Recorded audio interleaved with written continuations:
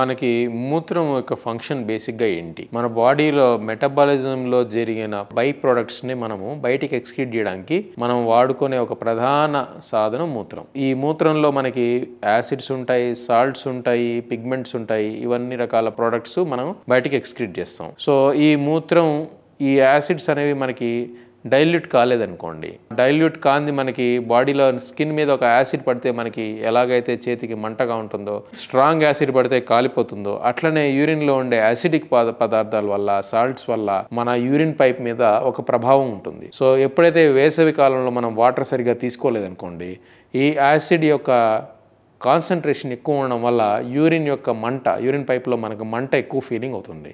So మనకి చాలామందికి common సెన్స్తోనే మనం అయ్యో నేను వాటర్ తక్కువ తాగాను, సో అందుకని మంటగా వస్తుందని చెప్పి అడిక్వేట్గా వాటర్ తీసుకోవడము. ఆల్కలైజింగ్ సబ్స్టెన్సెస్ మనకి కామన్గా దొరికేది ఏంటంటే నిమ్మరసం, ఇవన్నీ కూడా ఆల్కలైజర్స్.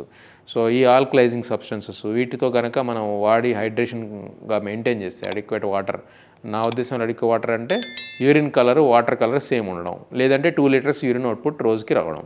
ఈ విధంగా తీస్తే మంట అదంటే అదే మనకి తగ్గిపోతుంది.